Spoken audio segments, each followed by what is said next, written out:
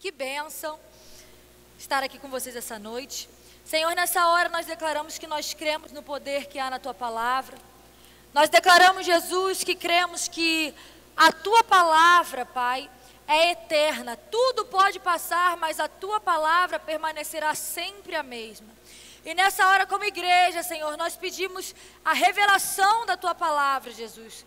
Nós cremos que o Senhor falará conosco, não aquilo que nós queremos, mas aquilo que nós precisamos ouvir nessa noite. Senhor, nessa hora eu oro pela vida de cada mulher, cada pessoa aqui representada. Eu oro para que em nome de Jesus a Tua paz, que excede todo o entendimento, possa agora vir de encontro à Tua igreja, Pai. Que toda inquietação, todo pensamento do inferno para tentar desconcentrar essa mulher, para tentar silenciar a Tua voz na vida dessa mulher, agora na autoridade que é no nome de Jesus, caia por terra em Teu nome, Jesus. Nessa hora, Senhor, nós declaramos que cremos na Tua soberania nesse lugar e declaramos, Espírito Santo de Deus, que Tu és bem-vindo nesse lugar.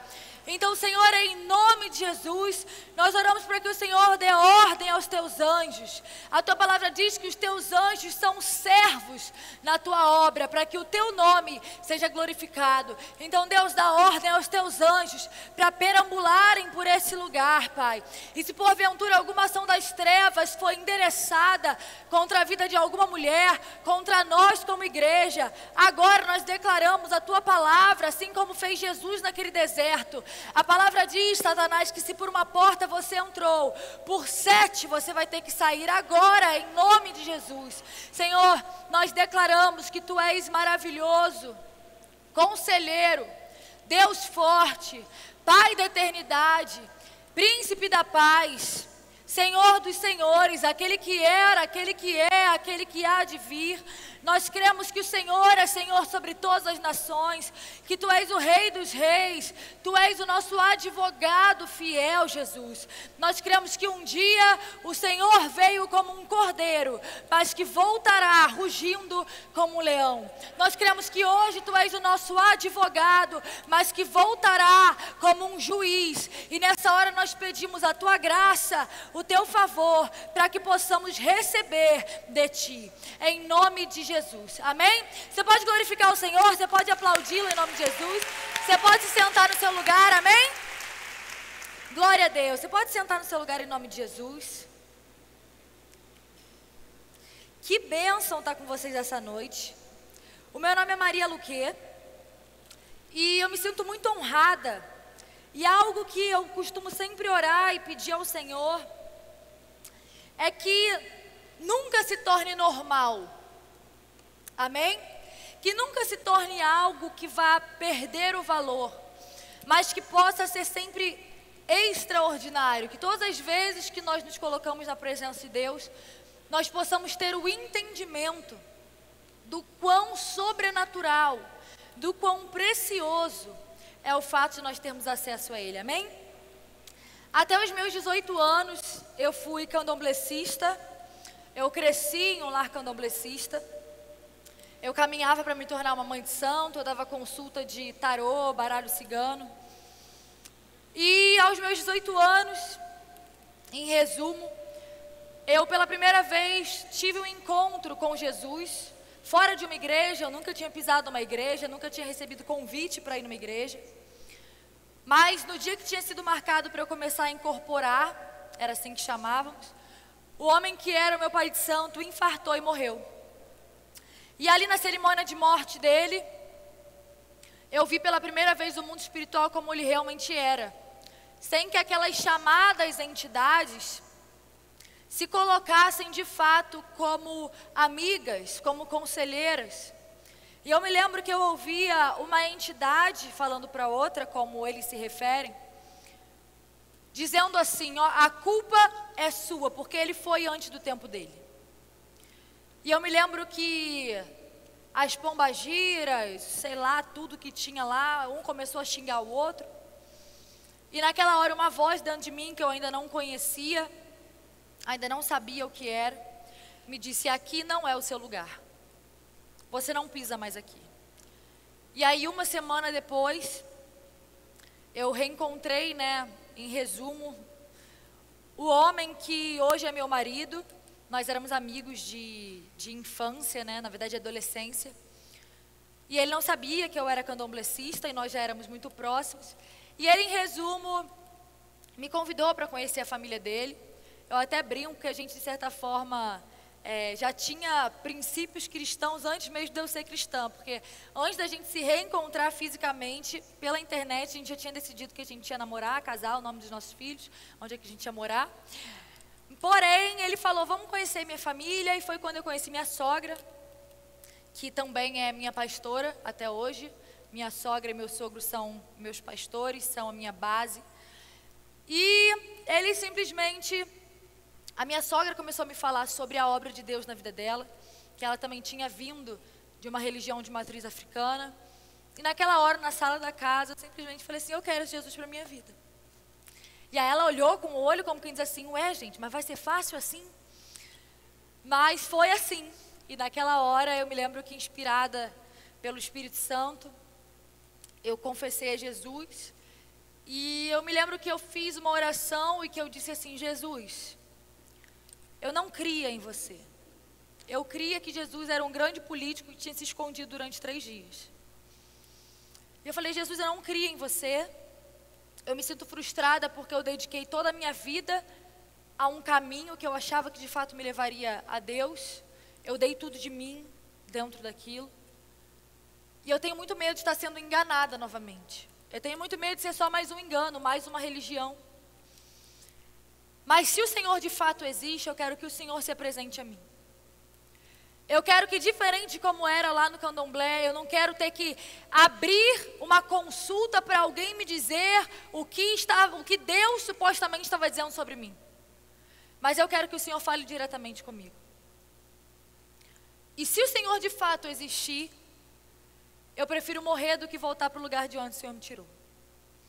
E ali o Espírito Santo me inspirou a perguntar, a falar com a minha sogra, né? Existe alguma forma de eu renunciar às coisas que eu já fiz? E aí foi, né? Baforada disso, baforada daquilo, assentamento disso, assentamento daquilo. E tudo isso aconteceu de uma forma muito rápida. Porque eu creio que o Senhor sempre teve o reconhecimento de que eu poderia não saber onde, mas eu estava buscando. E Jesus diz exatamente que Ele veio para essas pessoas, para aqueles que estão perdidos, para aqueles que querem, para aqueles que estão buscando. E eu gosto sempre de dizer de onde eu vim antes de começar a ministrar, para que você tenha a convicção de que se Deus fez na minha vida, nada impede Deus de fazer na sua. Se Deus fez em mim, por que Ele não faria em você? Se desde o momento em que Ele me trouxe para perto, eu nunca me afastei dEle. Tive dias ruins, sim. Tive guerras, sim. Tive dias de desânimo, sim. Mas todos os dias, ainda nos meus piores dias, eu tinha uma convicção. Se está ruim com Ele, vai estar muito pior sem Ele. Eu digo isso para que hoje, de repente, você que tenha chegado até aqui fazendo uma prova com Deus.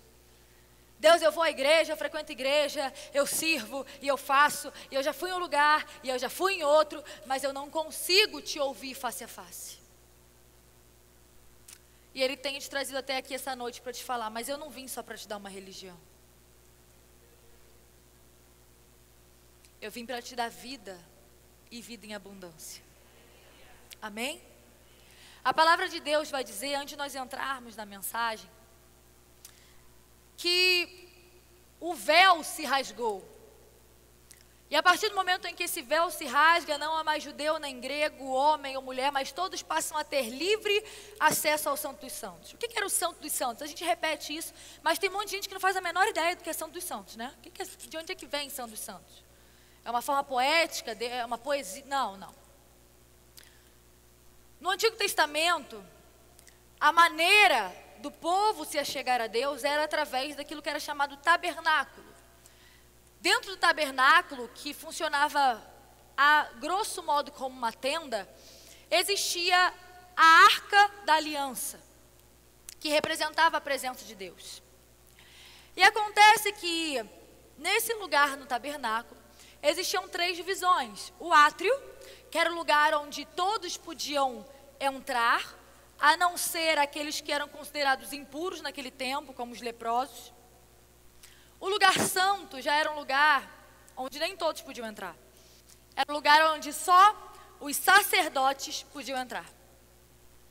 E é interessante que para você sair do átrio, né, para um sacerdote sair do átrio e ele ir para o lugar santo, era necessário que fosse entregue uma oferta no altar do sacrifício que existia no átrio. O átrio era o lugar onde o povo levava as suas ofertas, que eram sacrifícios animais, na maioria das vezes, para que eles tivessem os seus pecados encobertos. E é interessante, porque quando eu vim do candomblé, isso foi algo que eu perguntei a Deus. E eu falei, Deus, não adianta o Senhor me botar gente para sapatear na minha frente e falar que eu não posso, que era errado. Não, eu quero que o Senhor me explique. Por que no Antigo Testamento eram feitos sacrifícios animais e agora não são feitos mais? Porque o meu modelo religioso era o modelo do candomblé. Eu via os animais sendo sacrificados e pessoas falando, não sente pena, porque ele está indo no seu lugar. E olha como o mundo espiritual funciona, né? É interessante porque o diabo não tem o poder de criar algo novo. Ele simplesmente pode perverter aquilo que Deus criou. E é aí que muitos crentes caem. Por quê? Porque existe uma grande diferença entre o engano e a mentira. A mentira é algo que de longe você, crente, vai saber que é mentira. Mas o engano já é mais difícil. Por quê? Porque ele tem uma semelhança com aquilo que é verdade. Você quer ver o que é engano? É quando Deus, por exemplo, te diz algo, Ele diz que algo vai se cumprir, que Ele vai fazer algo, e o diabo, como não tem poder de impedir isso, ele simplesmente vai fazer uma cópia. Ele vai imitar. E vai colocar ali. E aí você fala, nossa, mas tem todas as características. Parece, né, com aquilo que Deus me falou. E é exatamente assim que acontece no Antigo Testamento. No Antigo Testamento nós veremos que existia um modelo bíblico de sacrifício. Por quê? A palavra de Deus, quando fala tanto do sangue, de repente você não entenda o porquê.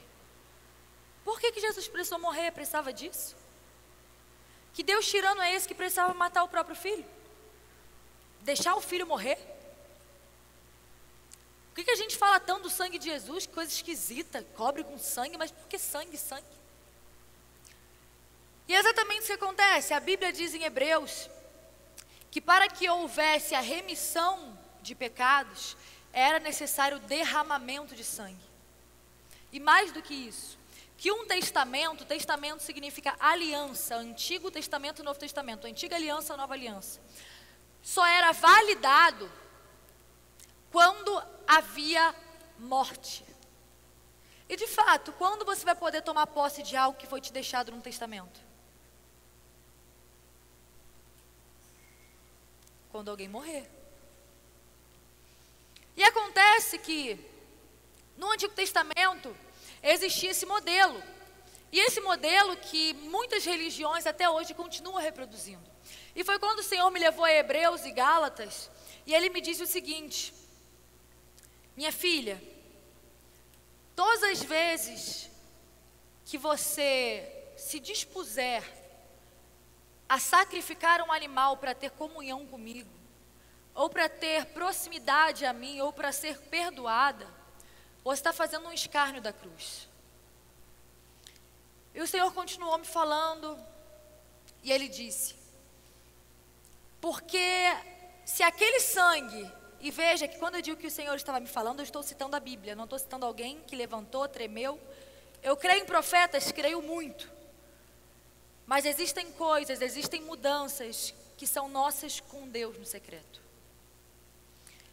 E Deus na palavra, e talvez você fale assim, nossa, mas meu sonho, Deus responde rápido, né, quando a gente duvida. Deus diz, mas Deus não fala assim comigo na palavra. Amada, eu não abria antes ali de trabalhar rapidinho, só por desencargo de consciência, não. Eu me lembro que naquela época eu tinha 18 anos, eu tinha acabado de trancar minha faculdade. Então eu passava uma média de 6 a 7 horas por dia lendo a palavra de Deus. Eu perdi a hora. E eu sentia muita enxaqueca porque eu estava naquele processo de libertação. E eu não levantava dali até que o Senhor me revelasse quem Ele era. E eu levava perguntas mesmo. Mas por que isso é errado? Eu tenho todas as fases da lua tatuadas nas minhas costas, né? Que eu era a louca da astrologia. Mas por que a astrologia é errado? E aí Deus me levava para Deuteronômio. E eu falei, Senhor, então, por que é errado? E Ele me levou a Hebreus, onde é dito assim: se aqueles sacrifícios fossem suficientes e eficazes, eles não seriam feitos ano após ano, como um memorial do pecado. A grosso modo, o que a Bíblia está querendo dizer? Que se aquele sangue daqueles animais de fato fosse eficiente, eficaz, não seria necessário que todo ano fosse sacrificado um novo animal. E naquele momento eu tive um entendimento. E através da minha experiência com o candomblé, eu pude visualizar algo que talvez você nunca tenha tido a oportunidade de visualizar. No Antigo Testamento, existe uma ordem que Deus dá ao sumo sacerdote. Quem eram os sumos sacerdotes? Vocês lembram que eu falei que existia o átrio, o lugar santo, e existia também o lugar santíssimo, ou o santo dos santos. E o lugar santo, ele tinha até o mesmo teto do santo dos santos. Porém, ele era separado por um véu. E esse véu separava porque somente o sumo sacerdote podia entrar nesse lugar uma vez por ano. Você consegue se imaginar uma vez por ano podendo chegar na presença de Deus? Uma vez por ano, mediante uma oferta de sacrifício. E a Bíblia diz que quando o sacrifício ia ser feito, ele ordenava ao sumo sacerdote que chamasse o povo para que eles vissem o animal sendo sacrificado. E é interessante porque a Bíblia diz que o sacerdote tinha que pegar o sangue do animal e em algumas partes passar. Eu não sei se você consegue entender que o sacerdote, o sumo sacerdote, para entrar na presença de Deus, ele se tornava um só com o sacrifício. Porque ele precisava se misturar naquele sangue. Ele ficava sujo com o sangue. E por que Deus chamava o povo para ver o sacrifício? Porque Ele queria que o povo visualizasse o quanto custava o pecado. Ele queria que o povo tivesse a dimensão do que estava sendo feito para que eles pudessem chegar a Deus. E talvez hoje, em meio a esse avanço da graça barata, há uma falsa graça que alcança, salva, mas não transforma. Minha irmã, se Deus tem poder para te tirar do inferno, Ele não tem poder de mudar um hábito seu? Ele não tem poder para acabar com um vício seu? Ele não tem poder para quebrar um histórico maldito na sua família? Se a graça não te transformou, ela também não te salvou. Porque a graça que salva também transforma. Amém?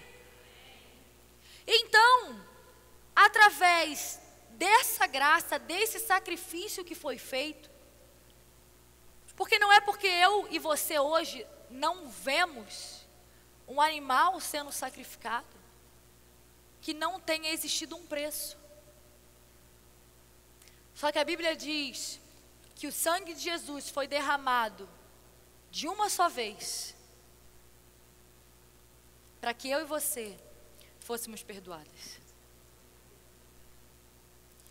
E é por isso que eu digo que de repente você não tenha o entendimento do que significa dizer que Jesus é o nosso remidor. Você pode repetir: eu tenho um remidor. Quando esse véu se rasgou o véu que separava o lugar santo do Santo dos Santos do lugar santíssimo. Eu e você que antes, se tentássemos chegar no Santo dos Santos, morreríamos.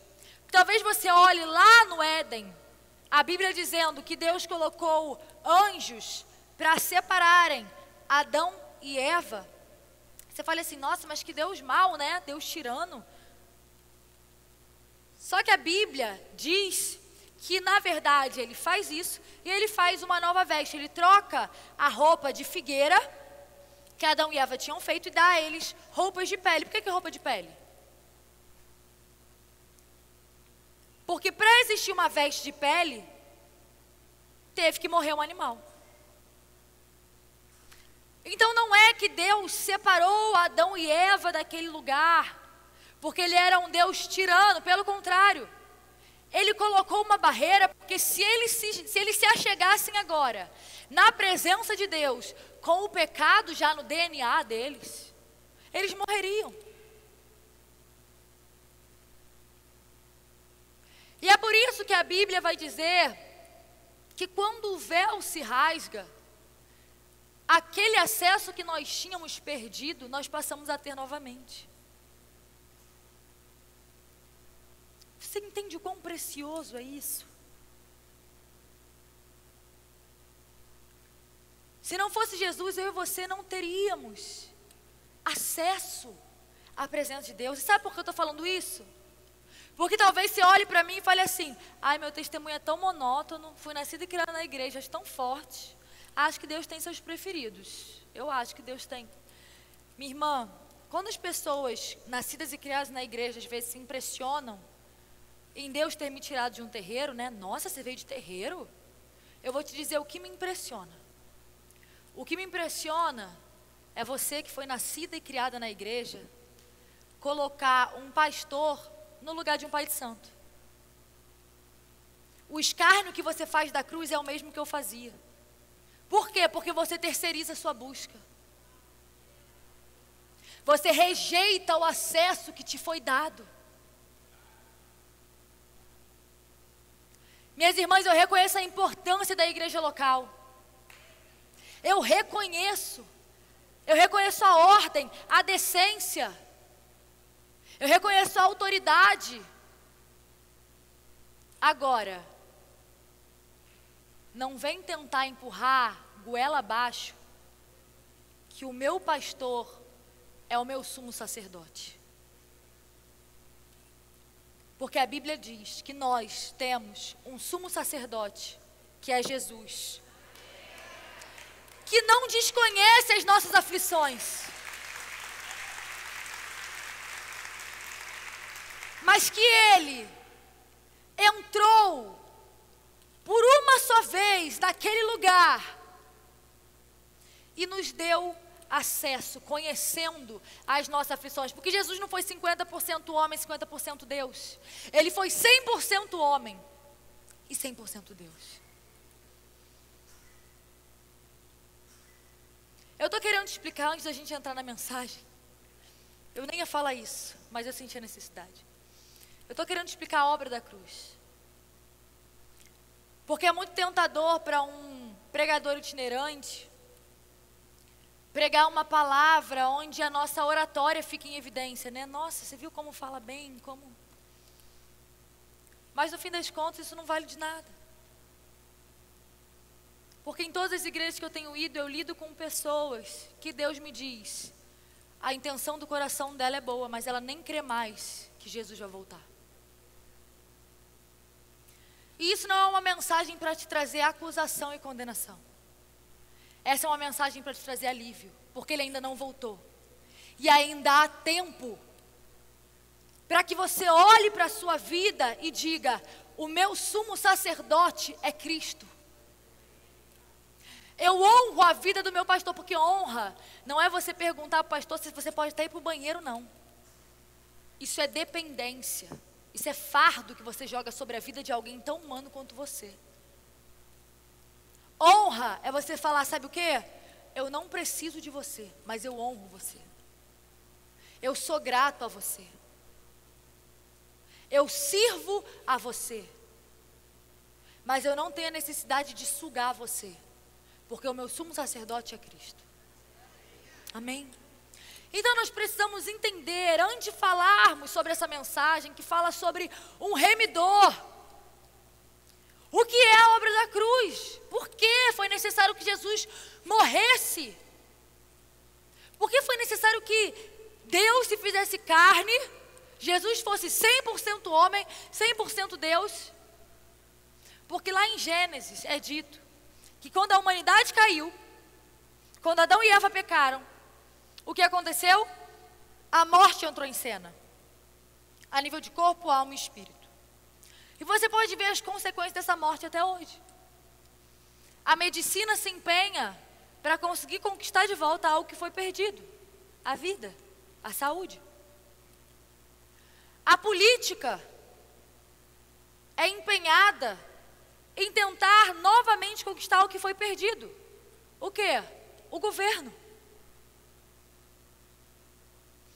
As ideologias tentam muitas vezes não só organizar politicamente, mas também emocionalmente aquilo que foi perdido. O quê? A vida emocional, a plenitude.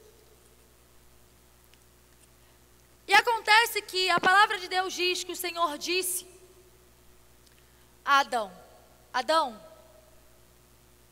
eu dou a você o poder de dar o nome dos animais. A Bíblia diz que virou para Adão, o Senhor virou e falou assim: olha, eu entrego ao homem o governo da terra. A palavra homem em hebraico significa ish. Ish significa um espírito dentro de um corpo. E a Bíblia vai nos dizer que Deus é espírito, amém? Mas que o homem é um espírito dentro de um corpo. Então, a quem foi dado o governo da terra? A um espírito dentro de um corpo físico. E é por isso que quando a serpente age ilegalmente, por quê? Porque ela sabota ali, cria uma situação para usar Eva. Porque a própria serpente sabia que o governo da terra estava na mulher e no homem, no espírito dentro de um corpo. Então ela tenta convencer a mulher: ó, faz isso.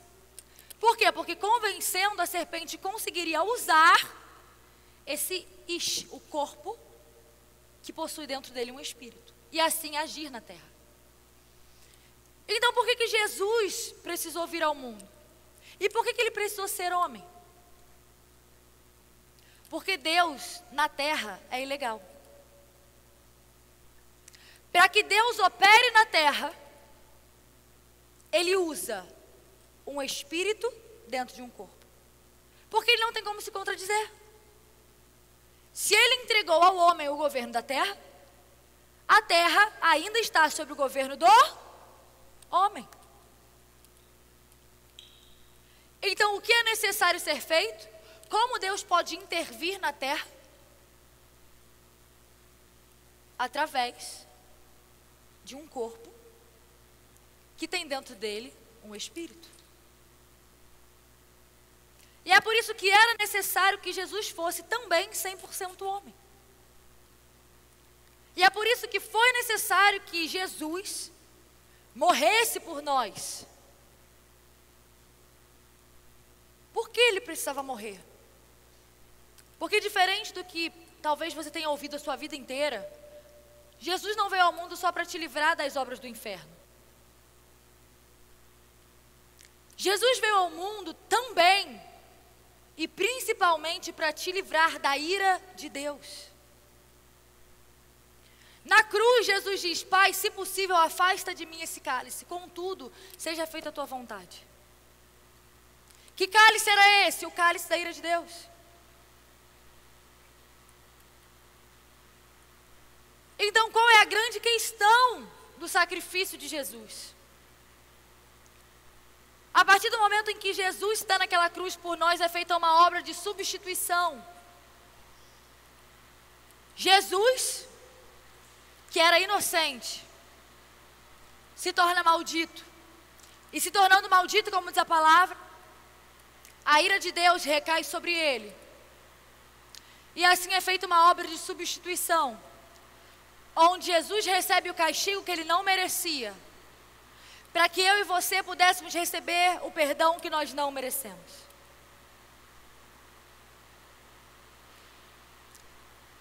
E a partir disso, naquela cruz, eu e você passamos a ter acesso à presença de Deus. Por quê? Porque esse sangue, o sangue de Jesus, a morte de Jesus validou um novo testamento. E é por isso que a Bíblia usa a linguagem de que eu e você somos herdeiros de Deus e co-herdeiros em Cristo. E é por isso que a Bíblia diz que Jesus é o nosso segundo e último Adão. Por quê? Porque da mesma forma que a queda foi abrangente, a redenção também é abrangente. Então, da mesma forma que a morte entrou em cena a nível de corpo, alma e espírito, a vida também passa a entrar em cena a nível de corpo, alma e espírito. E desse modo, Jesus, através de seu sangue, resgata o poder e a autoridade que havia sido confiada a Adão. E é por isso que nós usamos o nome de Jesus. E para que nós usássemos esse nome, para que nós tivéssemos essa autoridade, era necessário que ele fosse homem. Por quê? Porque na terra ele era legal. Ele tinha autoridade. E hoje, eu e você estamos aqui juntos, reunidos, através desse nome, dessa autoridade, que é o nome de Jesus. E é por isso que você está aqui hoje.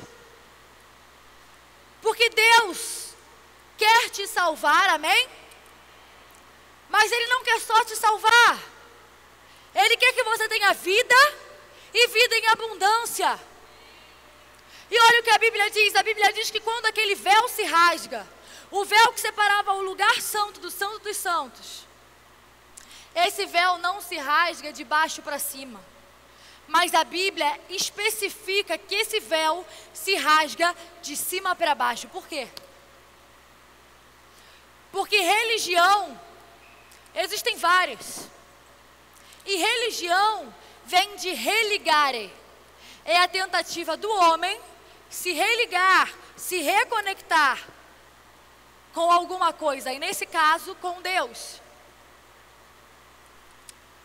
Mas a partir do momento em que o véu se rasga, não de baixo para cima, mas de cima para baixo, o que Deus está dizendo é, diferente de qualquer outra religião, o cristianismo não é somente um conjunto aleatório de crenças e imposições. Deus está dizendo, não foram vocês que subiram ao meu encontro, mas fui eu que me fiz carne para alcançar e me reconectar com vocês. Você pode glorificar a Deus por isso? Aleluia, aleluia. E por que eu te disse tudo isso? Porque eu não tenho como pregar sobre você ter um remidor, se você não tiver a compreensão do valor que há no sangue de Jesus. Não tem como eu pregar sobre a importância de você reconhecer que você tem um resgatador, sem que você entenda que em algum momento você não teve esse acesso. Então o que eu quero que você entenda essa noite, que Jesus não é só uma religião. Jesus é Senhor e Salvador sobre todas as áreas da sua vida. Da mesma forma que a morte nos tocou em corpo, alma e espírito, em Cristo, a vida que Ele deu por nós passa também a tocar o nosso corpo, a nossa alma e o nosso espírito. Amém? Você pode abrir a sua Bíblia em nome de Jesus em Ruth, capítulo 2, versículo 14.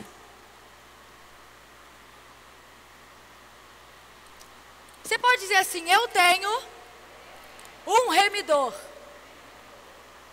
Você viu agora como a sua convicção é diferente? A palavra de Deus vai dizer o seguinte: na hora da refeição, Boaz lhe disse: venha cá, pegue um pedaço de pão e molhe-o no vinagre. Quando ela se sentou junto aos ceifeiros, Boaz lhe ofereceu grãos tostados. Ela comeu até ficar satisfeita e ainda sobrou. Quando ela se levantou para recolher espigas, Boaz deu estas ordens a seus servos: mesmo que ela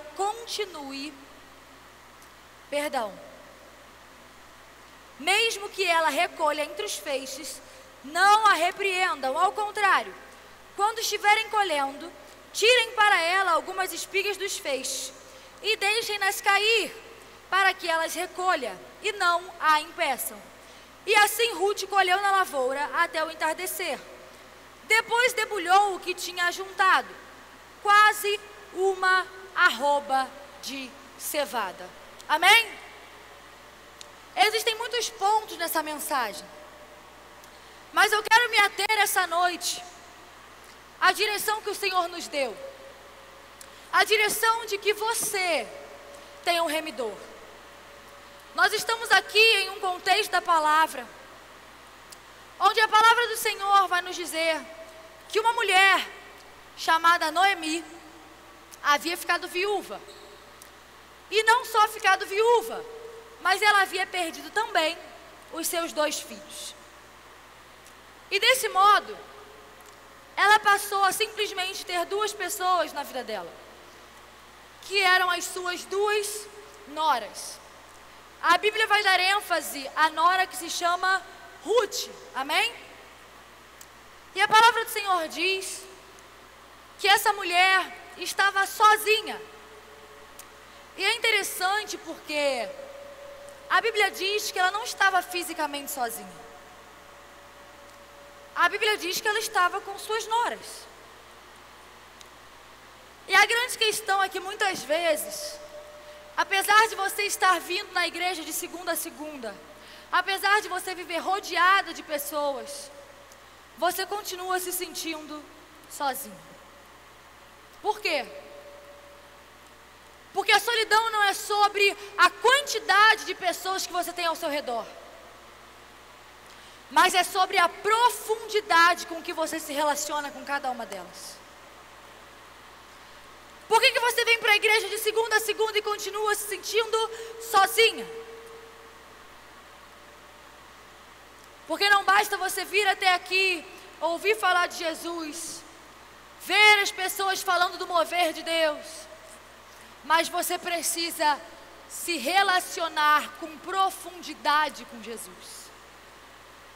E a Bíblia diz que essa mulher chamada Noemi olha para as suas noras e começa a insistir para que essas noras a deixem. E a palavra de Deus diz que uma até fez um drama, né? Não, eu vou ficar. Mas acabou indo. E que a outra, chamada Ruth, disse assim: olha, Noemi, não insistas para que eu te deixe. E essa é uma das confissões mais poéticas que existem nas Escrituras. E ela diz assim: porque onde fores, irei. Onde tu estiveres, estarei. O teu povo será o meu povo, e o teu Deus, o meu será. De repente você esteja aqui na igreja, e você nem tenha vindo muito por você, mas existe uma pessoa na tua vida que despertou em você um amor tão grande, que você falou: o Deus dela vai ser o meu, o Deus dele vai ser o meu. E talvez você ache que foi essa pessoa que te trouxe até aqui. Assim como Noemi poderia pensar através da vida de Ruth: olha, eu a trouxe para cá. Ela, porque ela era uma mulher pagã, idolatrava outros deuses. E ela poderia pensar: olha, eu a trouxe. Ou você pensar: eu estou indo por causa dela. Ruth pensar: eu estou seguindo Noemi. Mas às vezes Deus usa uma Noemi para te chamar para segui-lo. Muitas vezes você vem achando que é por Noemi. É pela causa, é pela pessoa. E Deus está falando assim: hoje você achava que era Noemi, mas agora você passa a ter o entendimento de que eu usei Noemi para fazer um convite direto a você. Me segue. Então nós entendemos que a palavra de Deus diz que essa mulher insiste, Ruth, mesmo em luto, porque veja, aquela mulher havia perdido o marido, os filhos, mas Ruth também havia perdido seu marido. Ruth era nova. Naquela época, a forma, o status socioeconômico de uma mulher, quando um homem morria, podia ser comparado com o de uma pessoa que hoje vive em situação de rua. Por quê? Porque o trabalho naquela época era braçal. Não existia você ir no mercado comprar alguma coisa. Você tinha que plantar e colher. E aquela mulher poderia ter perdido só o marido, já seria triste, não podia? Ela poderia ter perdido um marido e um filho e ficar ao menos com um para manter a casa, não podia? E ela ainda poderia ter perdido um marido, os 2 filhos, mas a situação ao redor dela ser favorável, não podia? Mas a Bíblia ainda diz que além disso tudo, o mundo estava em um período de fome. E de repente você tem chegado até aqui essa noite, falando: Deus, eu não estou conseguindo entender. Porque quanto mais eu busco, mais parece que desanda. Mas você sabe, quando você decide arrumar a casa, e é ótimo ter casa arrumada, não é? Só que às vezes a gente se esquece que antes de arrumar, tem que bagunçar. E tem aquela hora que você olha para a tua casa e fala assim, as cadeiras tudo pro alto, você fala: meu Deus, para que eu fui decidir arrumar essa casa hoje? Então muitas vezes aquilo que você está achando assim, desandou, na verdade é Deus fazendo andar. Porque veja, aquela mulher perdeu o plano A, perdeu o plano B e perdeu o plano C. E talvez você tenha chegado até aqui essa noite falando: Deus, o plano A faliu, o plano B faliu, o plano C faliu. Mas a boa notícia é que quando os seus planos entram numa rota de falência, é porque você está entrando na rota de um remidor. Sabe por quê, amada? Eu não sei de onde tiraram com essa teologia coach, de que Deus tem algum compromisso com os seus sonhos. E é natural a gente ouvir isso, né? Não, o Senhor irá realizar os sonhos do teu coração. Mentira! Qual o versículo? Qual versículo diz isso? A Bíblia diz que os planos do Senhor são maiores do que os seus. E que os caminhos dele mais altos do que os seus. O que isso significa? Sabe por que Deus não vai se comprometer em realizar o seu sonho? Sabe por que esse sonho até hoje não deu certo? Eu vou falar por mim. Eu há 5 anos tento abrir uma marca, porque Deus me falou que era para fazer isso. Mas às vezes Deus vai dando pequenos passos, revelação progressiva. E eu lembro que uma época eu fui e eu falei: então tá, então eu vou abrir aqui uma marca de camisa, né, com dizeres, é o que dá para fazer. E glória a Deus, foi o meu começo, eu não me arrependo. E depois novamente eu tinha uma oportunidade, falei: olha, a qualidade agora pode ser melhor, vou tentar fazer de novo. E esse ano foi o ano em que o Senhor proveu recursos para que de fato eu fizesse na estrutura em que Ele falou para eu fazer. E Ele me disse assim: minha filha, quando você me falava que aquele era o teu plano, eu ria, porque era muito pequeno. E é por isso que Deus não tem compromisso com os seus sonhos, mas com os sonhos que Ele coloca no teu coração. E existem pessoas que querem dizer que se converteram e vivem indignados com Deus porque aquele sonho, por que não cumpriu? Meus amados, quando você se converte, teu corpo, tua alma e teu espírito vão se converter junto. Quando você se converte, os teus sonhos vão ter que se converter também. Você não vai mais sonhar aquilo que era para o teu benefício próprio somente, mas você vai sonhar os sonhos de Deus. E você de repente esteja falando: Deus, por que o Senhor não fez? E Ele falou: é só isso que você tem? Espera, porque o que eu tenho é muito maior. Então, muitas vezes, quando o seu plano A, seu plano B, seu plano C se esgotam, quando você fala: Deus, eu não tenho mais o que fazer, eu abro mão. Ele fala: você abriu mão? Então agora eu posso botar a minha.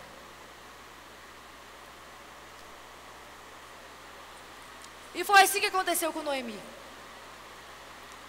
A palavra vai dizer que Noemi, após ter ouvido de Ruth que não seria deixada, ela ainda assim continua debaixo de um espírito de vitimismo. Deixa eu orar em nome de Jesus. Eu oro para que em nome de Jesus esse espírito que está vindo para desconcentrar essas mulheres, esse espírito de confusão, esse espírito de inquietação, agora seja amarrado, amordaçado em nome de Jesus. Senhor, nós oramos para que só ouçamos aqui a Tua voz, em nome de Jesus. Senhor, tudo aqui é Teu, tudo é para Ti, tudo é para a Tua glória. E nós cremos que Satanás já está derrotado nesse lugar, na autoridade que é no nome de Jesus. E eu declaro que essas mulheres, independente das circunstâncias, porque talvez a circunstância não mude, mas a forma como nós estaremos na circunstância poderá ser transformada. Que elas somente ouvirão a Tua voz, em nome de Jesus. Amém? E olha o que Deus fala: que ainda que as circunstâncias não sejam transformadas, muitas vezes Ele vai usar a circunstância para transformar você. No Antigo Testamento, a palavra de Deus vai dizer que através da vida de Moisés, o mar se abriu, amém? A circunstância, a natureza foi transformada. Mas no Novo Testamento, a Bíblia diz que a tempestade não parou, mas que antes da tempestade parar, o que Jesus faz? Ele abre o mar, Ele caminha sobre as águas. Por quê? Porque com Jesus, eu e você, ainda que as circunstâncias não mudem, não precisamos esperar o mar se abrir, mas com Jesus a gente anda sobre as águas. E é assim que o Espírito Santo de Deus atua. Vocês ouviram que a tempestade diminuiu? Mas ela diminuiu depois de você entrar na tempestade. E muitas vezes a tempestade não vai cessar até que você diga: através do nome de Jesus, eu vou andar em meio à tempestade. Você pode glorificar Ele? Ele é aquele que tem o poder de cessar a tempestade. Ele é aquele que abre, aquele que fecha os céus. E a palavra vai dizer que infelizmente Noemi não tinha esse entendimento. A Bíblia diz que Noemi ainda virou para Ruth e falou assim: Ruth, tem certeza que você vai ficar? Sabe por quê, Ruth? A minha dor é muito maior do que a sua. Amadas, vocês imaginem o nível de egoísmo para você virar para uma mulher que acabou de perder o marido e entrar numa disputa de dor com ela. Mas esse espírito de vitimismo age exatamente assim. Chega a um ponto que nós passamos a entrar em uma disputa de dor. Você conhece gente assim? Você fala: nossa, eu tô mal. É a pessoa: mas eu tô arrasada. Poxa, eu chutei o móvel. Menina, eu quase quebrei meu pé. Eu tô mal. Nossa, eu tô horrível. Conhece? Talvez seja até você, né? Porque o vitimismo vicia. Sabe por que o vitimismo vicia? Eu gosto muito da linguagem que a Bíblia usa para falar de perdão. Porque ela fala exatamente que não perdoar alguém é manter alguém em dívida. Até a oração de Pai Nosso fala: perdoa as nossas dívidas, assim como nós perdoamos os nossos devedores. Então, por que existem pessoas que quando resolvem um problema tem que arrumar outro? Tem líder aqui que pode me confirmar que primeiro, se você vai propor a solução do problema, a pessoa se ofende, fala que você é grosseiro, insensível. Por quê? Porque ela não quer a solução. Que se você der a solução, ela não tem mais motivo para continuar grudado na barra da tua saia. E em segundo lugar, por quê? Porque existe esse espírito de vitimismo que opera junto com o espírito de dependência emocional. E muitas pessoas decidem não perdoar. Sabe por quê? Porque perdoar significa liberar alguém de uma dívida. E é muito interessante porque eu não estou aqui para menosprezar a tua dor. Eu gosto muito do que Paulo diz, e eu falo isso inclusive na imersão sobre feridas emocionais que eu dou. Agora a nossa turma está fechada, mas no ano que vem, em janeiro, nós abrimos mais vagas. E eu explico e menciono que Paulo diz assim: é meu direito reivindicar o meu salário, mas eu abro mão do meu direito.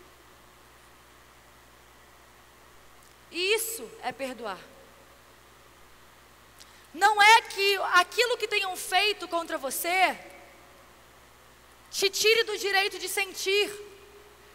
Mas o cristianismo é baseado em saber que tenho direito, mas decidir abrir mão do meu direito.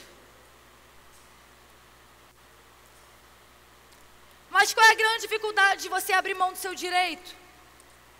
É porque a partir do momento que você libera alguém de uma dívida, você não tem mais como olhar para essa pessoa e falar assim: você não pode ir embora não.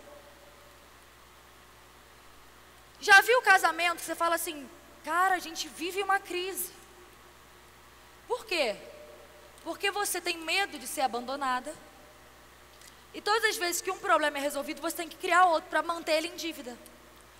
Porque na sua mente sabotadora, você acredita que se você mantiver ele em dívida, você vai ter autoridade para dizer: você não pode ir embora não, você me deve muito, você vai ter que me pagar. Mas ainda que essa pessoa te pague, você vai continuar insaciável. Por quê? Você vai tentar arrumar outro problema, outra crise, para que essa pessoa tenha a obrigação que você cria na sua mente que vai ter, de permanecer ao seu lado. E no fim você acaba sozinha. Por quê? Porque é pesado demais ter que ser um Deus na sua vida. Porque você não quer um marido. Você quer um marido para ser seu pai, seu irmão, sua melhor amiga, seu terapeuta, o seu Deus.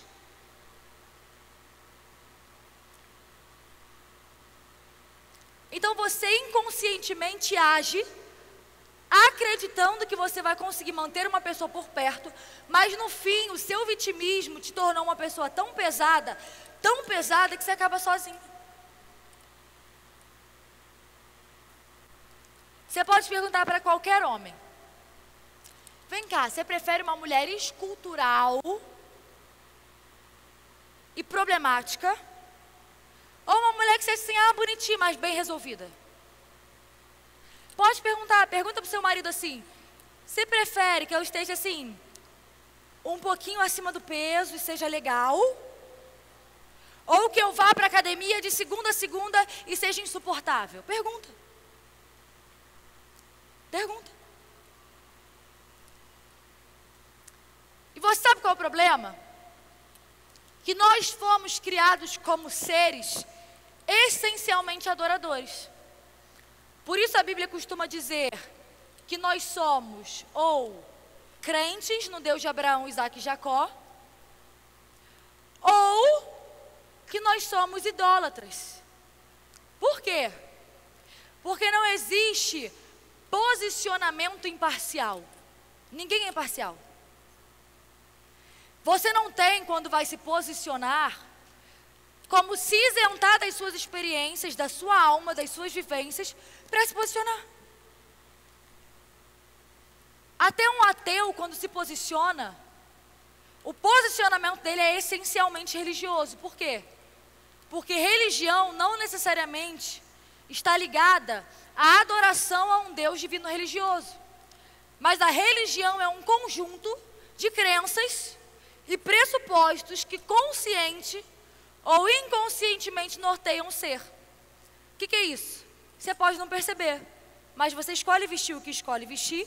Por quê? Porque existe um conjunto de crenças e premissas, que é aquilo que constitui toda a sua cadeia de pensamentos, que te induzem a se vestir dessa forma, ou que te induzem a pensar dessa forma, ou a ser a favor do que você é, ou a ser contra o que você é. Então, por isso a Bíblia nos trata do seguinte modo: ou você é crente em Cristo, ou você é idólatra. Por quê? Porque nós somos indivíduos essencialmente adoradores. Eu te provo isso. Me explica de onde um político corrupto tira a ideia de que existe algo de errado no mundo. Me diz de onde que sai a ideia da medicina de que viver é bom. Me diz por que você não encontra ninguém que tem prazer em morrer. Porque no nosso âmago, nós fomos criados para a eternidade. A nossa alma sempre vai ansiar pela forma como originalmente nós fomos criados. Governo sobre todas as coisas. Ordem, vida. Então, todas as vezes que eu e você não temos o Deus de Abraão, Isaac e Jacó como nosso Deus, nós ergueremos um outro Deus no lugar dele. E é por isso que não existe descrente. Descrente em Deus, mas ele é crente em alguma coisa. Mas é ateu, então ele é crente nele mesmo. Não existe imparcialidade na terra. Não existe. Então, todas as vezes que você deixa de ter Deus como seu Senhor, você vai levantar ou outra coisa, ou alguém para colocar no lugar dele. Tem mulheres que estão aqui com um casamento falando: gente, mas eu nunca recebo aquilo que eu desejo. Sabe por quê? Seu marido não é Jesus. Deus está falando com você: eu te dei um bom homem, mas ele não sou eu.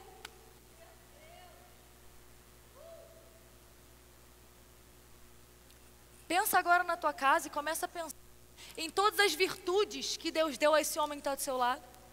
Tem defeito? Tem, mas e os seus? E a partir do momento que você para de idolatrar coisas e pessoas, você deixa de viver correndo atrás de tudo. E como a palavra de Deus diz, as bênçãos do Senhor começam a alcançar. Por quê? Porque a Bíblia diz: as bênçãos do Senhor alcançam, perseguem aqueles que nele creem. Ah, mas é Antigo Testamento, vamos para o Novo. Buscai, pois, em primeiro lugar o reino de Deus e a sua justiça, e todas as demais coisas vos serão acrescentadas. Vos serão conquistadas ou acrescentadas? Deus está falando com muita gente aqui hoje.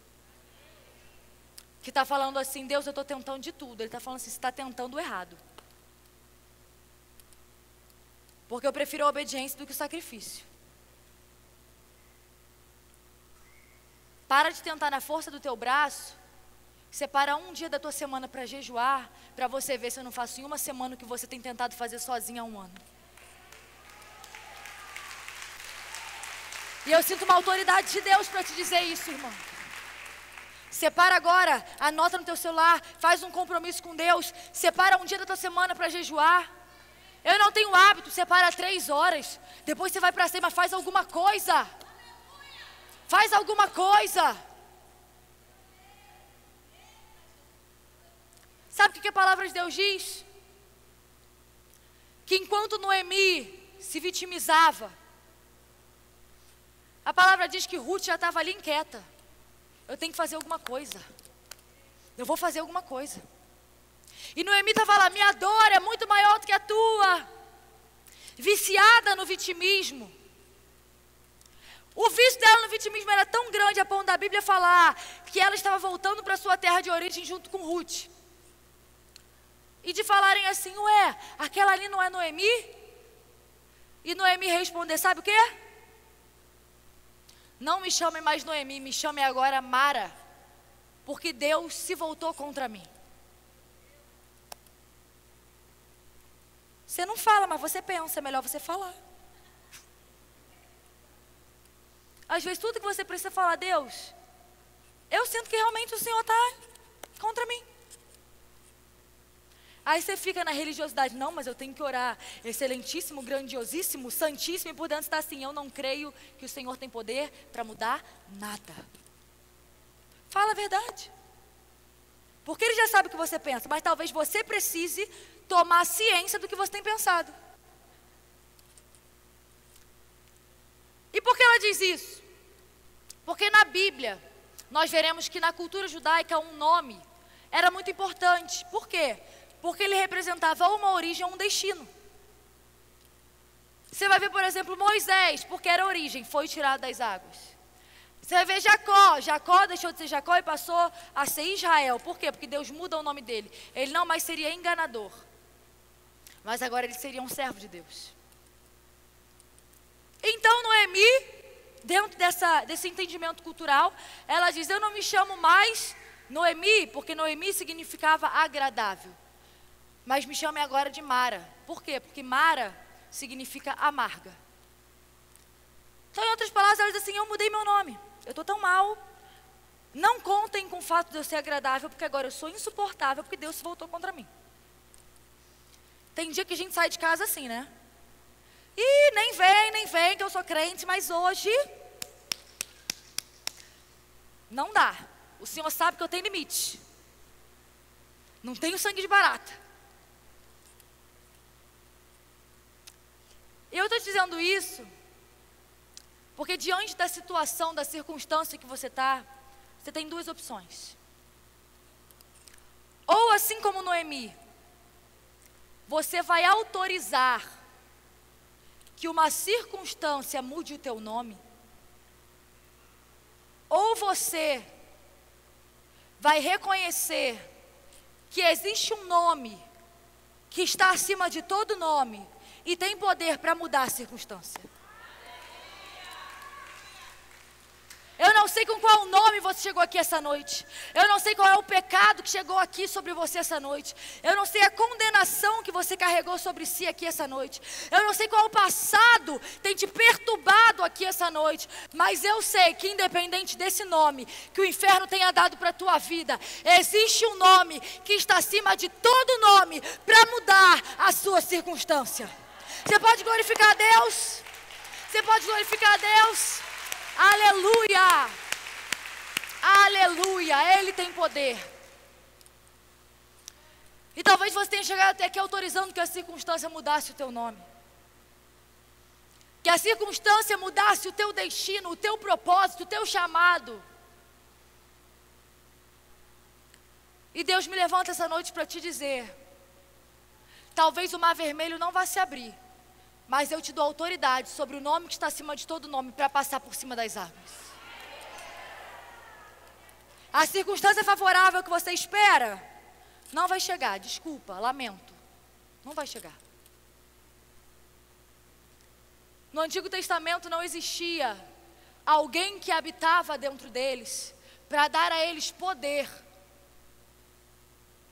de mudar, não a natureza externa somente, mas a natureza interior. No Antigo Testamento era necessário que a natureza do lado de fora, o mar, a chuva, fosse alterada. Mas no Novo Testamento, a gente não precisa alterar a natureza, aquilo que está fora de nós. Por quê? Porque o Espírito Santo de Deus nos capacita a mudar aquilo que está dentro de nós. Você não precisa que seja mais fácil, não. Porque você tem um Deus que pode te tornar mais forte. Você não precisa que vá mais devagar, porque você tem um Deus que pode te dar velocidade. E a palavra vai continuar dizendo que diante disso, aquela mulher chamada Ruth vira e fala assim: Noemi, olha só, sei que você está nesse vitimismo, a grosso modo, né, porque a Bíblia não diz isso. Mas ela diz: ah, tá bom, Noemi, eu vou procurar algum campo para que eu possa colher espigas. E eu fico imaginando aquela mulher num luto, com a sogra aterrorizando o juízo dela, e ela simplesmente falando: não, fica tranquila, fique em paz, eu vou providenciar o nosso alimento. A primeira coisa que acontece na vida de alguém que confessa de fato e verdade a Deus e se converte a Ele, é entender que você pode ter uma dor grande, mas que você tem um propósito ainda maior. E eu fico pensando naquela mulher que tinha acabado de perder um marido, indo colher alimento. Olha que situação. E talvez aconteça assim na tua vida às vezes. Às vezes você fala assim: Deus, eu queria tirar hoje o dia só para chorar. Mas aí você lembra que tem as contas. E aí você diz: Deus, eu não tenho nem tempo para chorar. Você vai chorar, vem a criança, arrebenta a porta do banheiro, e entra na sala, e o marido, ai, fome, e você fala: Deus, eu não tenho nem tempo para ter luto. Porque se eu paro para chorar, não pago a conta. Não alimento a criança. Aí você vai fazendo e chorando, vai caindo aquela lágrima aqui, você dá aquela enxugada ali. Tá tudo bem, tá tudo bem. Glória a Deus, tá tudo bem. E talvez você até pense: Deus, por que o Senhor não me permite parar? Ele está te dizendo: porque hoje você tem um propósito. E quem tem um porquê, suporta qualquer como. Quem olha de fora às vezes pensa assim: como é que ela aguenta?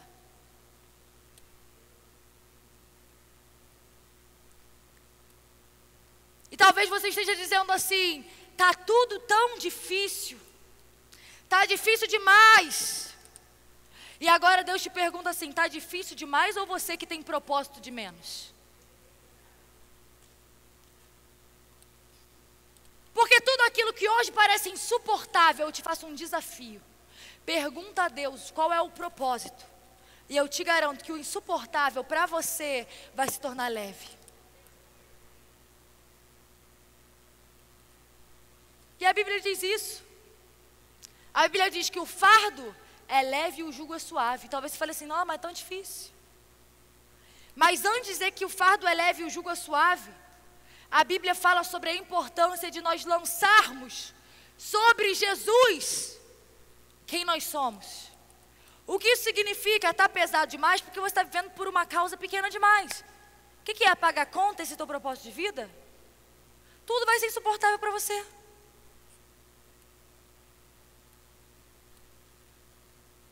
mas busca em Deus o teu propósito. Busca em Deus a forma como você pode servir ao próximo. E aquilo que parecia insuportável para você vai ser só uma vírgula do seu dia a dia. Aquilo que você olhar e falava assim, meu Deus, esse é o meu teto, eu não consigo passar daqui, vai se tornar o teu piso. Então aquela mulher que havia acabado de confessar o Deus de Abraão, Isaque e Jacó, em meio ao luto, em meio a toda aquela tribulação, a fome na terra, a sogra vitimista, diz, eu vou lá, eu vou procurar algum campo que eu possa colher.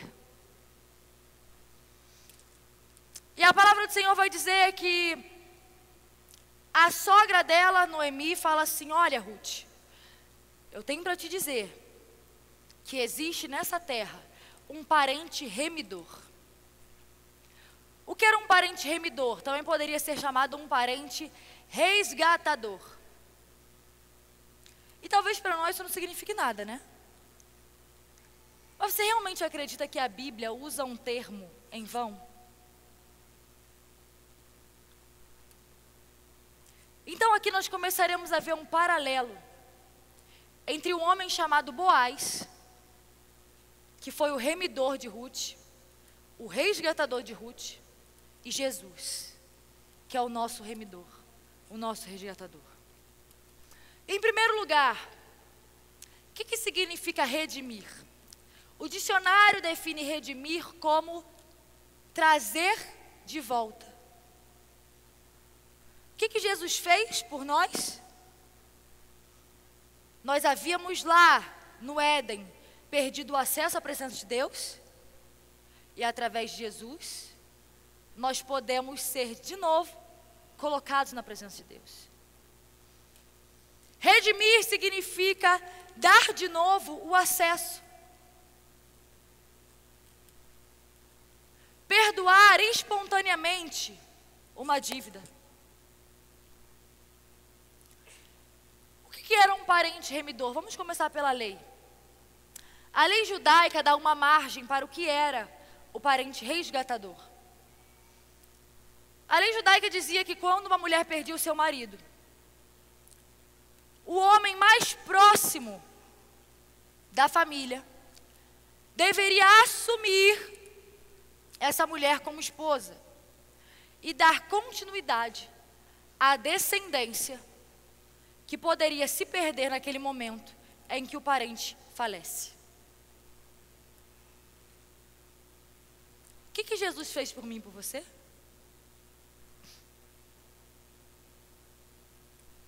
Quando a morte entra em cena e nós perdemos a vida eterna, Jesus, como nosso remidor, como nosso resgatador, Ele simplesmente pega o acesso que nós tínhamos perdido, a nossa descendência que seria interrompida porque a ira de Deus recairia sobre nós. Ele se torna o nosso noivo, para que juntos nós possamos ser uma grande família. Outra questão do parente resgatador na lei judaica é que esse parente também tinha duas ações que deveriam ser levadas em consideração. Em primeiro lugar, caso a mulher tivesse sido vendida como escrava por ter alguma dívida, ele tinha também o dever de comprá-la de volta. E se a propriedade dela houvesse sido tomada, ele deveria comprá-la novamente. O que Jesus fez por mim e por você? Eu e você estávamos debaixo do domínio das trevas, do pecado. Havíamos nos vendido para o pecado. E Jesus pega você e a mim, e Ele nos toma através de um preço que a Bíblia diz que é um preço de sangue. E Ele nos compra por esse alto preço. Nós éramos escravos do pecado e Ele nos compra de volta para que possamos ser livres. E um direito que o parente resgatador, remidor tinha, era a vingança de sangue. Ele poderia ser chamado vingador de sangue. O que era isso? O parente resgatador era autorizado a vingar a morte daquele que havia morrido. Então o que ele poderia fazer? Bom, foi fulano que o matou, então eu posso matá-lo. O que Jesus fez por mim e por você? O que nos matava? Não é a morte? E o que Jesus fez? Como nosso resgatador, como nosso remidor, Ele se torna o nosso vingador de sangue. O que te matava? A morte? Não tem problema, a Bíblia diz que Ele venceu a morte.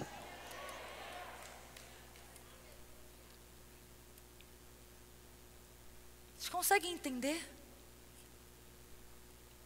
E é por isso que a Bíblia diz que a nossa vingança vem do Senhor. Talvez você fique, estou esperando, Senhor, a hora que você vai acabar com a raça dela, estou esperando. Mas a palavra de Deus diz que a nossa luta não é contra carne nem sangue. Então por que a Bíblia diz que a nossa vingança vem do Senhor? Porque essa guerra aí, contra ossos espirituais, principados, potestades, Ele já venceu a morte. O final a gente já sabe.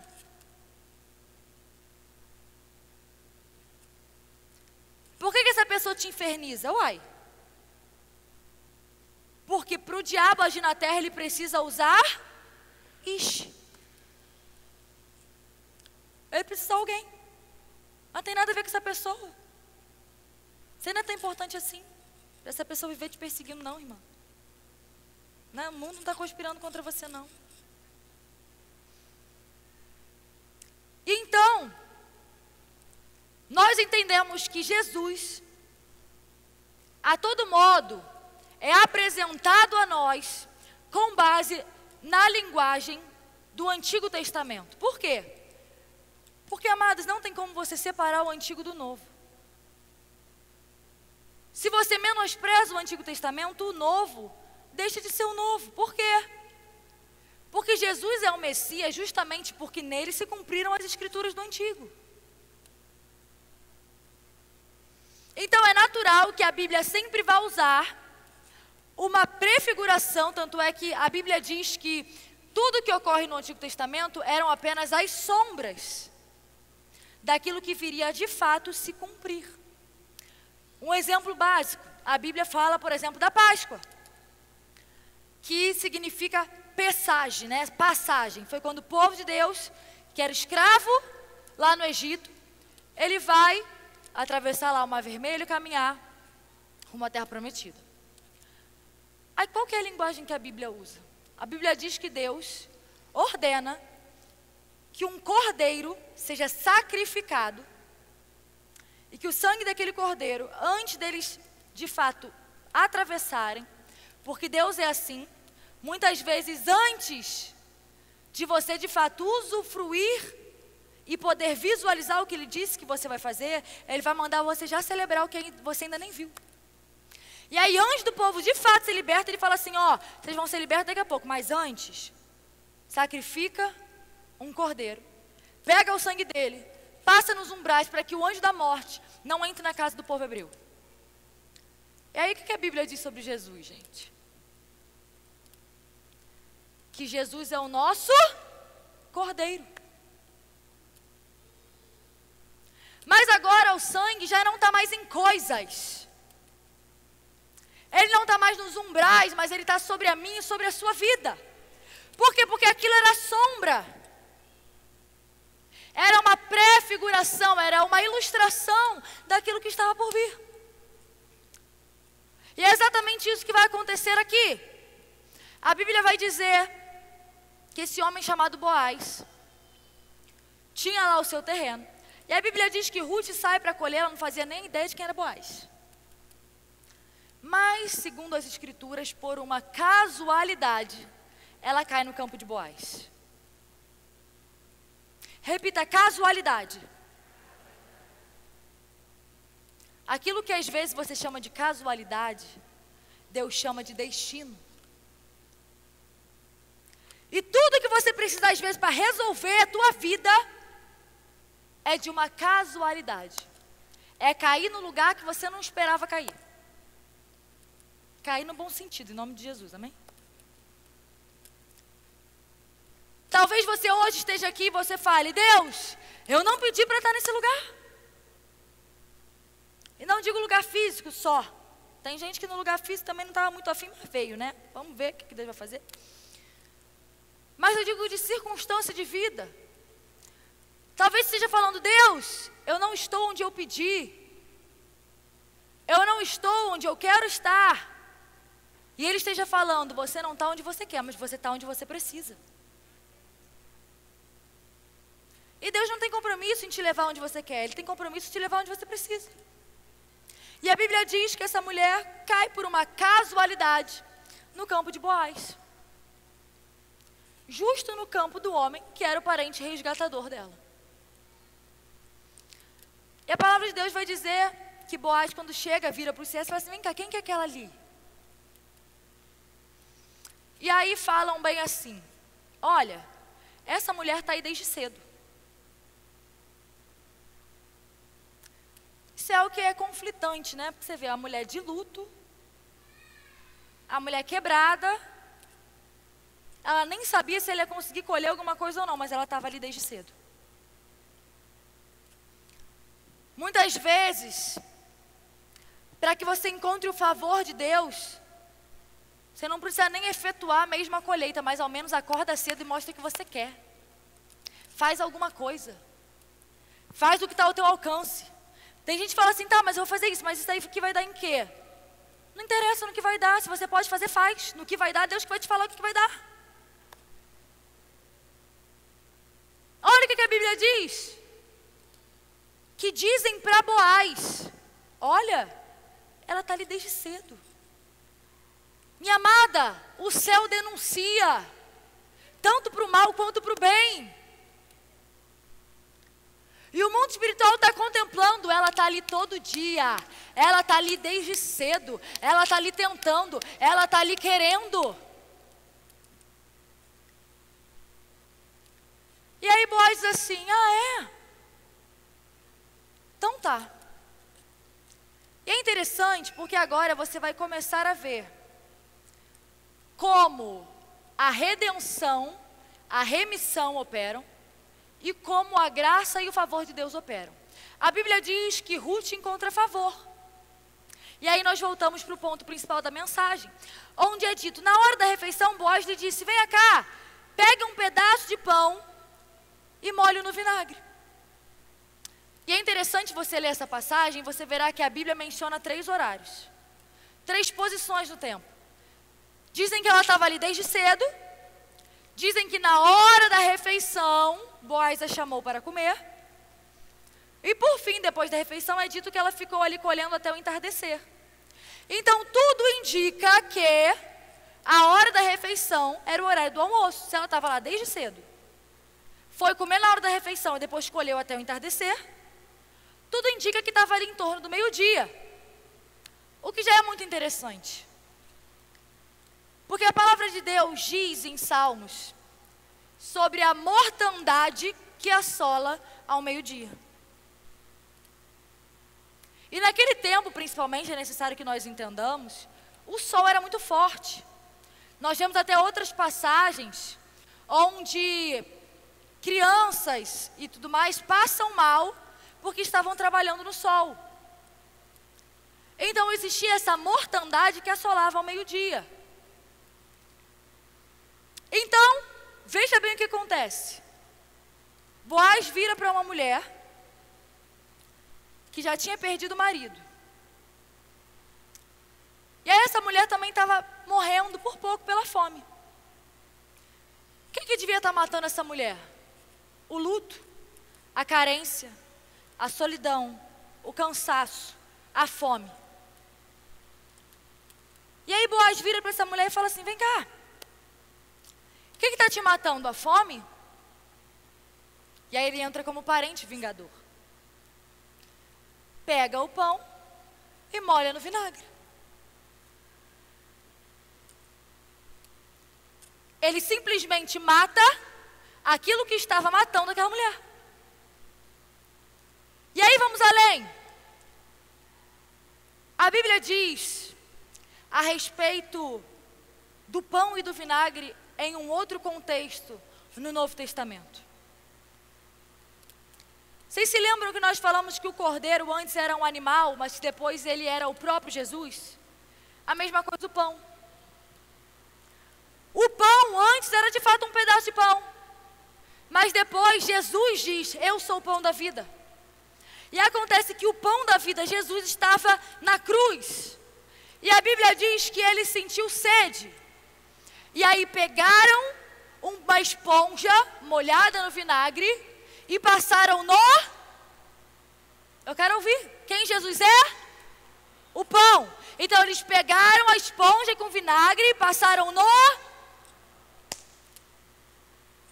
E aí, a Bíblia diz que Boaz, aquele que é uma sombra, aquele que ilustra o nosso remidor, vira para aquela mulher, depois dela encontrar favor e diz assim, pega o pão e molha no vinagre.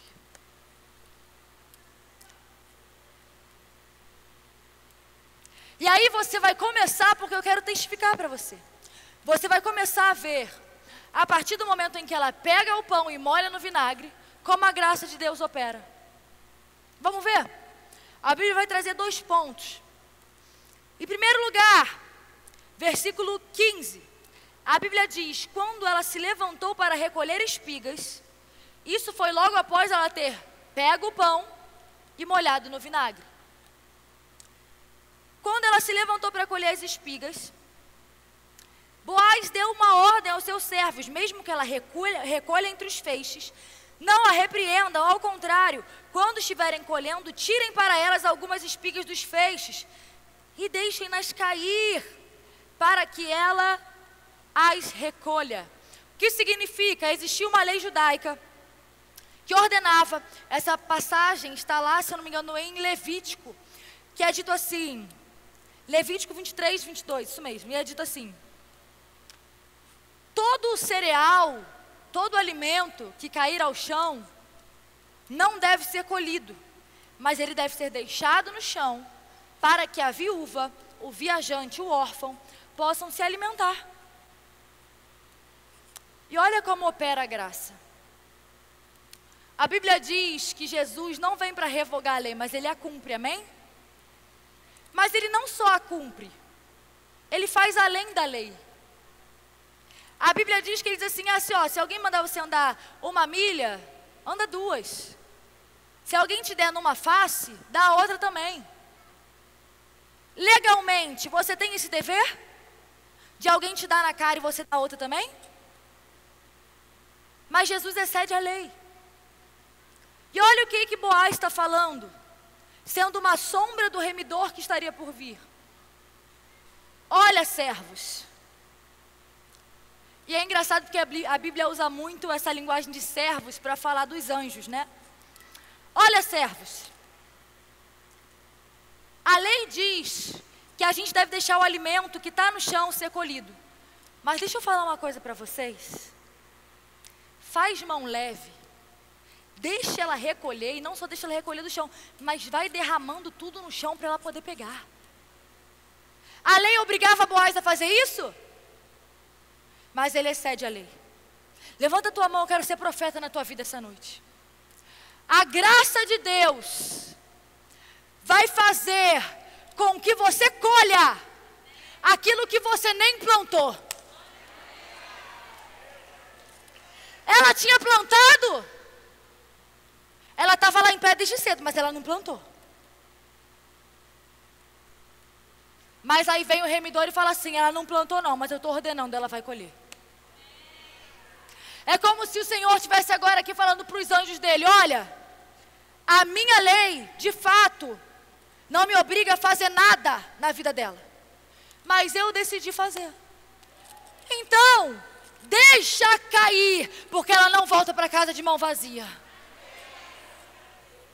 E existe um outro ponto. A Bíblia vai dizer depois, eu gosto de ler para você ter certeza que está escrito, que lá no versículo 17, ela colheu até o entardecer. Depois ela debulhou o que tinha juntado, e a Bíblia especifica, quase uma arroba de cevada. Uma arroba era uma medida de peso. E talvez pela nossa ignorância a gente fale assim, legal, olha, que informação legal a Bíblia está trazendo. Igual quando a gente lê sobre as medidas da arca de Noé, né? Fala, gente, mas por que a Bíblia, aí você fica assim, não sei o que, côvados, 3 côvados, não sei o que, côvados. O que Deus quer dizer com isso? Acontece que quando Noé constrói, a Bíblia diz que a mesma medida que Deus deu, Noé fez. Por isso que a arca não afundou. Então nada que está na Bíblia é em vão. E por que Deus fala sobre essa quantidade? Porque estudos mostram que a quantidade de uma arroba de cevada era uma quantidade que um homem demorava aproximadamente 1 mês para colher. E aquela mulher colhe em uma tarde.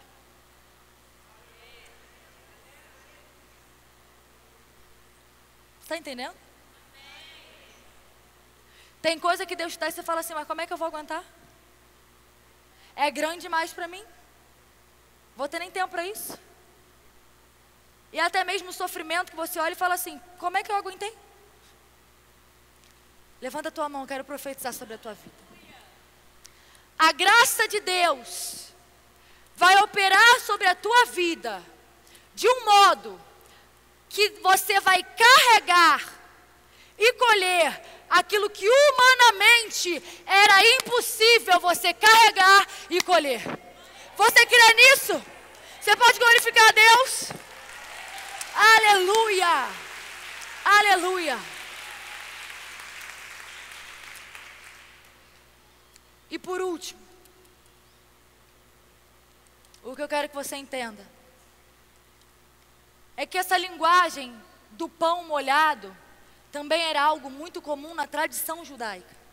Tanto é que existe um outro momento onde se fala do bocado molhado, do pão molhado. Sabe qual? O momento da ceia. Que aí um dos discípulos perguntam assim, Jesus, quem que vai te trair? E aí ele diz, aquele a quem eu der o bocado molhado. E talvez você pense assim, o que isso quer dizer, né? Você achou que era um sinal só, tipo assim, vou caguetar, hein? Vou te mostrar. Quando o anfitrião entregava a um convidado o bocado, o pão molhado, era uma demonstração de que ele o honrava. Então, de repente, você já lia lá que Judas foi e deu um beijo em Jesus. Mas Jesus ainda vai e honra Judas, mesmo sabendo que ele estaria o entregando para a cruz. A partir de hoje, o Espírito Santo vai te capacitar a olhar para as pessoas que mais te feriram, que mais te magoaram, e a falar, eu te honro. Sabe por quê? Porque se não fosse você, eu não teria cumprido o meu propósito. Quando Judas achou que estava causando a morte do ministério de Jesus, Jesus falou assim, pode continuar achando. Você acha que está me matando, mas você está me levando justamente para o meu propósito. Se não fosse o que ele fez, você não estaria aqui. Se não fosse o que ela fez, você não estaria aqui.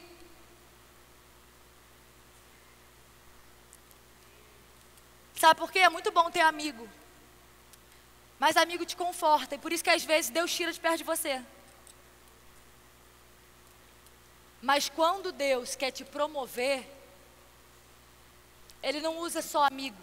Ele vai usar principalmente inimigo. Porque amigo te dá conforto, mas inimigo te dá velocidade. Você já viu alguém estar perto de uma serpente e ficar parado perto da serpente? Quando a serpente começa a correr atrás do teu calcanhar, o que acontece? você começa a correr. Todas as vezes que Deus quer te promover, Ele vai permitir que uma serpente comece a colar no teu calcanhar. E por último, porque eu quero testificar a você de que eu não estou falando por mim, ou de que eu não estou criando apenas um monte de links e contextos aleatórios. Eu não sei se você já leu a genealogia de Jesus, mas existem poucas mulheres ali. E eu não sei se você vai se lembrar que uma delas se chama Ruth. A Bíblia diz que o Messias viria da raiz de Davi. Mas acontece que sem Ruth não teria tido Davi. Satanás tentou ceifar aquela descendência. Mas o que Deus fez? Deus levantou um remidor, um resgatador, para matar aquilo que a matava. Boaz se casa com ela, o que matava ela? Solidão? Tendo uma coisa, se coloca de pé em nome de Jesus. Se coloca de pé. Mas coloca de pé com fé.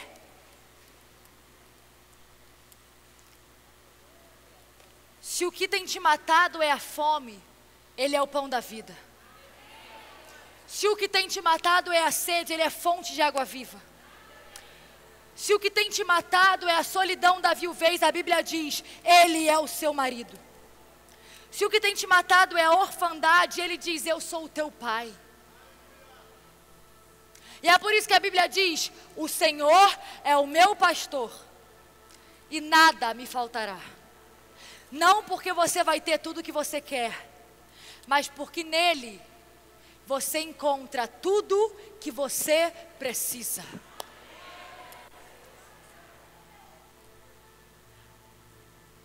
E quando eu digo isso, Deus me coloca na posição, não de te fazer, porque eu não tenho esse poder, mas de estender um convite. Essa noite Jesus está chamando para si pessoas que de repente tenham uma ótima conduta moral. Toda vez que a gente fala sobre vir ao altar, a pessoa fala assim, mas vão achar que eu, nossa, estava em fornicação. Vixe, estava bebendo. Sabe uma das experiências mais fortes que eu tive com Deus? Eu nunca falei disso, mas eu senti te falar pela primeira vez. Foi quando eu me converti a Jesus. E eu continuei tendo relações sexuais com meu namorado. Eu não tive a revelação. No primeiro momento, na verdade eu comecei a namorar antes de ter me convertido. Então eu não tinha revelação da pureza sexual. Mas houve um momento em que Deus, foi tudo muito rápido, mas que Deus me mostrou a importância de eu ser pura sexualmente.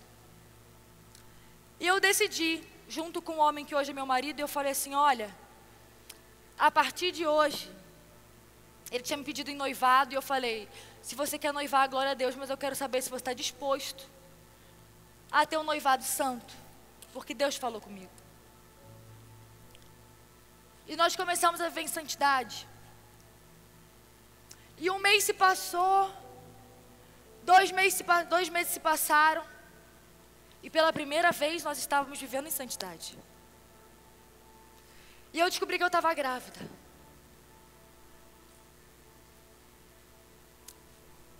E eu me lembro das especulações. Na época eu não pregava, óbvio que não, em nome de Jesus. Eu não tinha vida ministerial, nada, eu estava me convertendo. Mas eu me lembro das pessoas olhando, e provavelmente, sei lá, que elas pensavam, deve estar em pecado. Mas a verdade é que nessa fase, eu aprendi uma das coisas que eu mais carrego comigo até hoje na minha vida. É que eu não preciso que ninguém ninguém acredite no que eu tenho com Deus. Que eu prefiro muito mais que as pessoas falem contra mim e ter paz, uma consciência limpa diante de Deus, do que deixar de viver com Deus e ser bendita pelos outros. Quantas vezes você deixou de se entregar plenamente a Deus por aquilo que poderiam pensar de você? E desde aquele momento, eu entendi de Deus que Jesus não tinha o menor compromisso em me tornar alguém comprometida com a minha própria reputação apenas. Eu poderia ter aparecido e tentado me justificar, mas Deus falou para mim: os teus frutos vão te justificar. Não perca tempo falando, deixe te humilharem, se humilhe, porque onde abundou o pecado, superabundou a graça. Mas reconheça, um dia você pecou. E eu poderia ter tido uma doença, eu poderia nem ter engravidado, porque durante todo o tempo que eu me relacionei em pecado, eu não engravidei. E justamente quando eu decidi viver em santidade, eu estou com barrigão. Quando eu decidi viver em santidade, eu já estava grávida. E eu poderia então dizer: ué, mas vai adiantar de quê? Agora todo mundo já viu que é isso aí mesmo. Mas eu não me converti a todo mundo. Eu não tenho nada para provar para todo mundo. Eu me converti a Cristo. E hoje eu estou aqui, não pense que as circunstâncias para eu estar aqui foram fáceis. Nunca alguém virou para mim e falou assim: olha, aposta aí no ministério dela, hein? Porque essa menina aí, ó, vai. Deus deu uma visão ao meu marido um dia, quando ele colocou as mãos sobre a minha cabeça. E ele falou assim: amor, eu não entendo, mas eu vejo o mapa do Brasil e eu vejo o seu rosto aparecendo em cada um dos estados. E eu não entendo o que Deus queria dizer. Mas muitas vezes, em todos os lugares onde eu cheguei, eu era nova demais, ou eu era recém-convertida demais, ou seja lá o que for. E você acha que eu culpo essas pessoas? É claro que não, elas estão certas. Realmente eu sou nova. Realmente eu estou em Cristo há 7 anos. Realmente existem pessoas muito mais inteligentes e sábias do que eu. Mas por algum motivo, Deus me escolheu. E eu digo isso para que você tenha convicção de que o poder de Deus se aperfeiçoa na sua fraqueza. Deus não vai te usar apesar das suas limitações. Ele vai te usar justamente porque você é limitado. Porque se você não reconhece que é limitado, você vai se gloriar de tudo que Ele fizer na tua vida. E hoje Ele está aqui para, assim como Ele esteve comigo um dia, falar assim: você realmente quer a mim? É a mim que você quer? Ou é só um status na sua igreja? Ou é só um cargo na sua igreja? Assim como Jesus me falou, Ele está falando para você nessa noite. Se você quer a mim, deixe que eles pensem o que eles quiserem, mas se humilhe na minha presença. Se humilhe na minha presença, porque muitas vezes as pessoas não vão parar de falar. E ninguém tem obrigação de acreditar na sua vida, no seu ministério. Ninguém tem. Qual obrigação que alguém tem? Você acha que eu falo com um tom de vingança que não acreditaram? E por que eles acreditaram em mim, gente? Uma fedelha. Quando eu comecei a pregar, eu tinha o quê? 23 anos. Ex-macumbeira. Não peguei nem o diploma do meu 3º ano até hoje. Comecei a faculdade com um diploma pendente que eu tinha que ir lá buscar. Tranquei a faculdade que... Quem tinha que acreditar em mim? Qual é a credibilidade que alguém tinha que me dar? Nenhuma.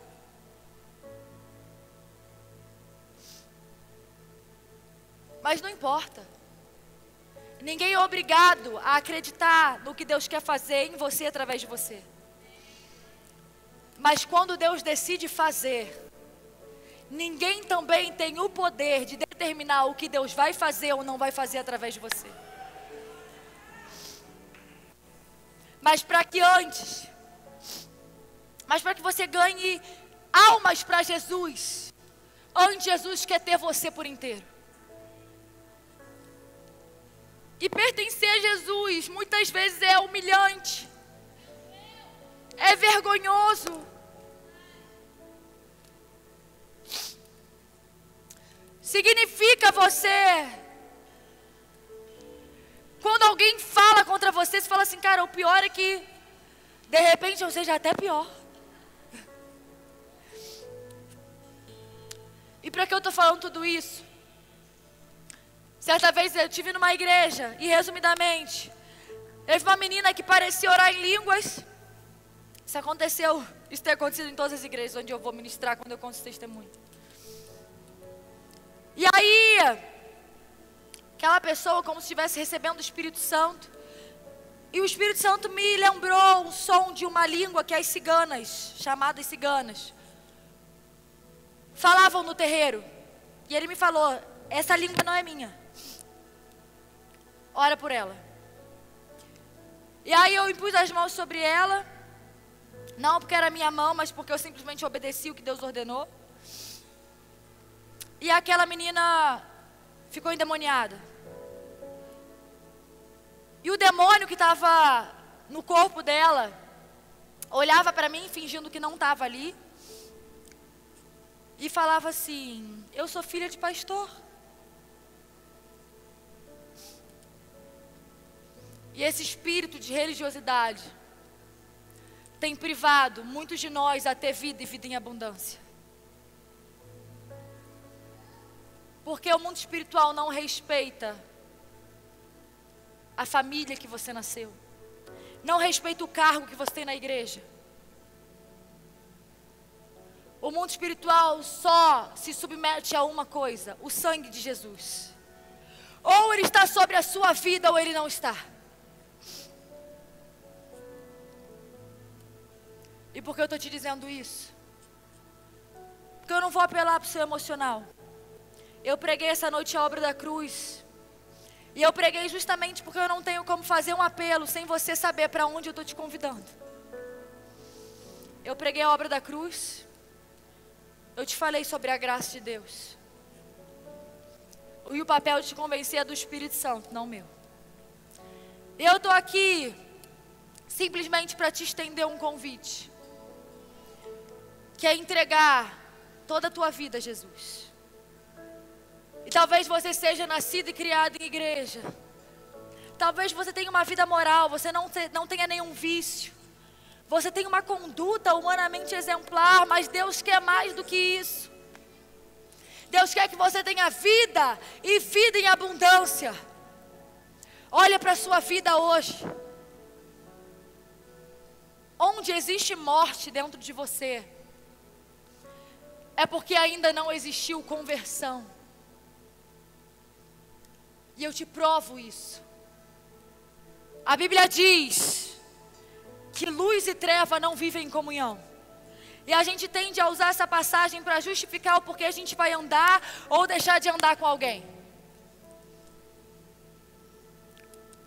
Mas quando a Bíblia diz que entre luz e trevas não há comunhão, não é uma mera recomendação, é um fato. É uma impossibilidade. Se existe treva e você chegar com a luz, não existe mais treva. Então, se existe hoje alguma área da tua vida paralisada, morta, Jesus ainda não entrou aí. Porque a Bíblia diz que Jesus levou o cativo o cativeiro. Jesus matou a morte.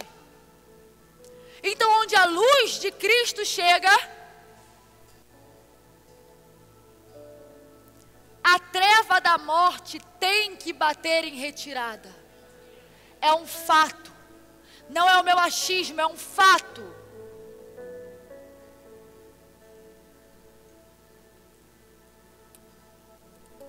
E essa noite, Jesus está te convidando. Espírito Santo, eu oro para que nessa hora o Senhor convide e chame para si aqueles que são teus, aqueles a quem o Senhor está dizendo: eu quero você por inteiro. Se converta a mim essa noite por inteiro. Espírito Santo, confirma agora no corpo dessa mulher, no corpo desse homem. Agora, traz uma convicção, em nome de Jesus, da tua vontade. E nessa hora, nós como igreja repreendemos todo espírito de religiosidade, todo espírito de vergonha, toda ação demoníaca que quer travar a caminhada desse homem, dessa mulher. E agora você que quer entregar a sua vida para Jesus, levante a sua mão, eu quero orar por você. Aleluia, glória a Deus, glória a Deus, glória a Deus, glória a Deus, glória a Deus. Louvado seja Deus, aleluia. Você que levantou a sua mão, eu quero te convidar a vir até aqui à frente, eu quero orar por você. Eu quero orar por você.